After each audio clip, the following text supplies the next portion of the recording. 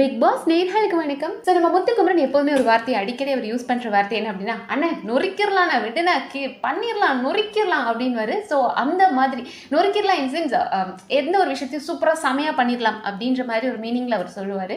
So அந்த மாதிரி இன்னைக்கு எபிசோடில் நொறுக்கிட்டாரு நம்ம முத்து அண்ட் மஞ்சரி. இந்த நாங்கள் ஏஞ்சல்ஸ் மாதிரியே தான் இருப்போம், எங்களுக்கு டெபிள் கேரக்டர் தெரியாது, நாங்கள்லாம் வாழும் மதர் தெரேசாக்கள் அப்படின்னு தெரேசாஸ் எல்லாரையும் வச்சு செஞ்சார்.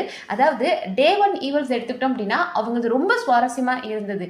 நம்மளுக்கே எந்த வீடியோ பேசுறது நிஜமாக அவ்வளோ இருந்தது கண்டென்ட் பேசுறதுக்கு. ஆனால் செகண்ட் எல்லாம் ஃபஸ்ட்டு எனக்கு எரிச்சலாக இருந்துச்சு, என்னடா பேசுறது இவங்க அப்படின்ற மாதிரி. ஸோ அதை மனுஷன் சூப்பராக சொன்னார். சார் டே 1 ஈவல்லாம் நாங்கள் என்ன பண்ணலாம், டெவில்ஸாக இருந்து நாங்கள் எப்படி அவங்கள ப்ரொவோக் பண்ணலாம், எப்படி அவங்கள டார்ச்சர் பண்ணலாம்னு யோசிச்சோம். டே 2 ஈவல்ஸ் என்ன நாங்கள் பண்ணக்கூடாதுன்றதை யோசிச்சாங்க. ஏன்னா இந்த டே 2க்கு ஈவல்ஸ் அப்படின்னு கொடுத்த உடனே நம்மளோட அன்ஷிதால ஐயோ முடியாது, என்னாலெல்லாம் இந்த கொடுமை பண்ண முடியாது அப்படின்னாங்க. ஏமா உன்கிட்ட சொன்னாங்களா முட்டை அடிக்கணும், கீழே கருத்து வாயில் வைக்கணும், இந்த மாதிரி ஏதாவது சொன்னானுங்களா? கிடையாது. நீ டெவிலா உனக்குள்ள இருக்கிற ஒரு டெவில்னஸை நீ காமிச்சிருக்கலாம். நீ எக்ஸ்ட்ரீம் போக வேண்டாம், மஞ்சரி மாதிரி நீ பண்ண வேண்டாம், சாச்சனா மாதிரி பண்ண வேண்டாம். உனக்குள்ள ஒரு ஈவல் இருக்கு இல்லையா, அதை பார்க்கறதுக்கு தான் இந்த கேம்.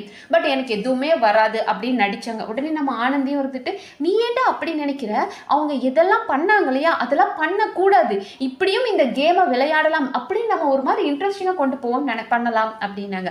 அதுவும் இந்த விஷால் கிறுக்கெல்லாம் நான் ஒரு ஃபன் என்டர்டெய்னிங் பர்சன் அப்படின்ற மாதிரி அவனே ஒரு பெரிய இவனா நினைச்சுக்கிட்டு அவன் ஃபன் பண்றன்ற பேர்ல சும்மா உட்காந்துருக்கவனுங்கள டே என்னடா அப்படி பண்ண அப்படின்னு கேட்டா, நீ ப்ரோவோக் ஆயிட்டல, உன் கண்ணு மாறிடுச்சு, உன் மூஞ்சி மாறிடுச்சு, உன் மூக்கு துடிக்குது, கண்ணு துடிக்குது, அதனால எடுத்துட்டு போயிருவேன் பேட்ஜ் அப்படின்ற மாதிரி வழிப்பறி.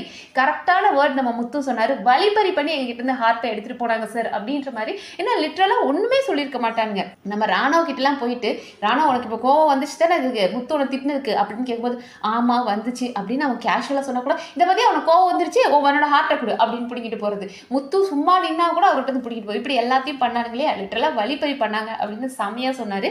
அண்ட் இது எப்படி இருந்தது அப்படின்னா, நம்ம முதல் நாள் நம்ம டெபிள் டீம் அவங்கள ப்ரொவோக் பண்றது, அது பிசிக்கலா ப்ரொவோக் பண்றது இல்ல மென்டலா ப்ரொவோக் பண்ணி இப்படி பண்ணி ஹார்ட் ஒர்க் பண்ணி ஹார்ட்டை எடுத்தாங்க. ஆனால் அன்னைக்கு பார்த்தோம் அப்படின்னா அந்த பாட்டு தீமைதான் வெல்லும் அப்படின்ற பாட்டு பெருசா ரொம்ப இந்த மாதிரி செகண்ட் டே அளவுக்கு இல்லை. அழகா அந்த கட் டு கட் நல்லா இருந்தது, ஒரு கேப் இருந்தது, உண்மையாவே அந்த கேமோட சுவாரஸ்யம் இருந்தது. ஒரு ஹார்ட்டை எடுக்கும்போது ஒவ்வொருத்தரும் கஷ்டப்பட்டு ஒவ்வொரு ஹார்ட் எடுத்தாங்க. ஆனால் இவனுங்க என்ன பண்ணானுங்க அப்படின்னா செகண்ட் டேல சும்மா எல்லாத்துக்கும் எடுக்க பிக் பாஸே ஒரு கட்டத்தில் முடிச்சு விடுங்கடா, போய் தொலைங்கடா, நீங்க டாஸ்கை ஒரு இதுவும் பண்ண போறது கிடையாது, உங்களை வச்சு நாங்க பார்க்க வேண்டான்ட்டு டக்குன்னு ஹார்ட் எடுத்தோடனே தீமைதான் வெல்லும், போய் தொலை அப்படின்னு விட்டுட்டாரு. ஸோ அதையும் முத்து புரிஞ்சுக்கிட்டாரு. முத்து ஆடியன்ஸ் பல்ஸை பிடிச்சிடுறாரு, அவருக்கு அதெல்லாம் புரிய ஆரம்பிச்சிருச்சு. ஸோ செகண்ட் டே இந்த அளவுக்கு சீக்கிரம் பாட்டு வந்ததுக்கான காரணம் இது சீக்கிரம் முடிச்சுடுங்க, சுவாரஸ்யம் இல்லை அப்படின்றத அவர் புரிஞ்சுக்கிட்டாரு. அண்ட் அடுத்ததான் நம்மளோட அன்ஷிதாவை பத்தி சொன்னார். அதாவது ஆண்கள்ல அடியாள் சத்யா அப்படின்னா பெண்கள்ல அடியாளா இருந்தது அன்ஷிதா அப்படின்னு. ஏன்னா அன்ஷிதாலாம் ஒண்ணுமே பண்ணல, லிட்டரலா அவங்க ஒரு சிலரை டெவிலா பேசி ப்ரொவோக் பண்ண ட்ரை பண்ணாங்க. ஆனால் மஞ்சரி கிட்டலாம் அவங்க எதுவுமே பண்ணல. மஞ்சரி பேட்ஜ் தரல அப்படின் போது புடுங்கி அதை ஆக்சுவலி அவங்க கையில எல்லாம் குத்திருச்சு, அன்ஷிதா கையில குத்தி ரத்தம்லாம் வந்துச்சு.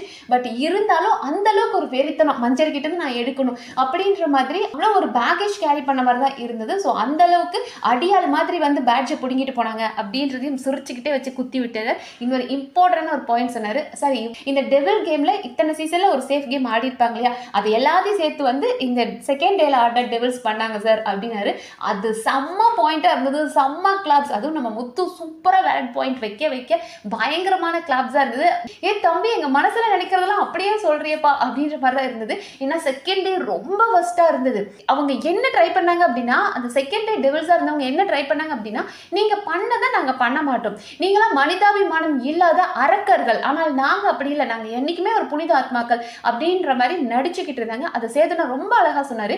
இங்க நீங்க கொடுக்கறது இந்த டெவில் வெர்சஸ் ஏஞ்சல் அப்படின்றது நீங்க யாரு அப்படின்னு பாக்குறதுக்காக இல்ல, இந்த விளையாட்டை நீங்க எப்படி அணுகுறீங்கன்றதை பாக்குறதுக்கு தான், நீங்க நல்லவன்ற போர்வையில இருக்க வேணாம் அப்படின்றத சூப்பரா சொன்னாரு.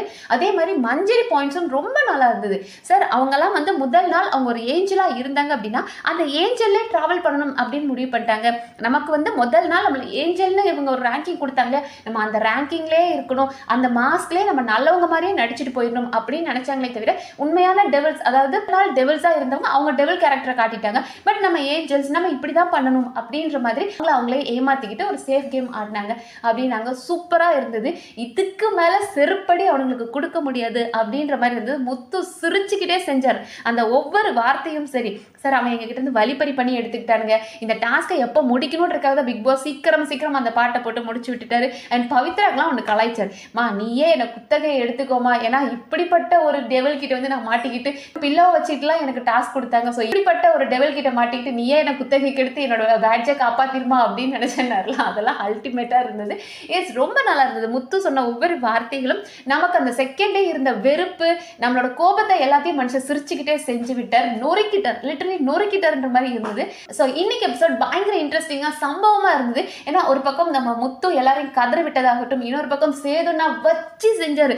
அதுவும் ஜாக்லினோட எக்ஸ்பிரஷன்லாம் பார்க்கும்போது நிறைய பேர் சொல்றீங்க நீங்க பேசும்போது அவ்வளவு சந்தோஷம் தெரியுது அப்படின்னு. பர்சனலா எனக்கும் அவங்களுக்கு எந்த வைக்கா தகராறும் இல்லை. இந்த கேம்ல அவங்க எவ்வளவு ஃபேக்கா இருக்காங்க அப்படின்றத நமக்கு புரியுது. பட் ஒரு சிலர் அது புரியாம இருக்கிறதுனால சில இடங்கள்ல அந்த உண்மை வந்து எக்ஸ்போஸ் ஆகும்போது சந்தோஷமா இருக்கு. அந்த சந்தோஷத்தின் வெளிப்பாடுதான் அந்த வீடியோல அடுத்தடுத்த சுவாரஸ்யங்கள் அந்த வீடியோல ஜாக்லினை பத்தி ஷேர் பண்றேன்.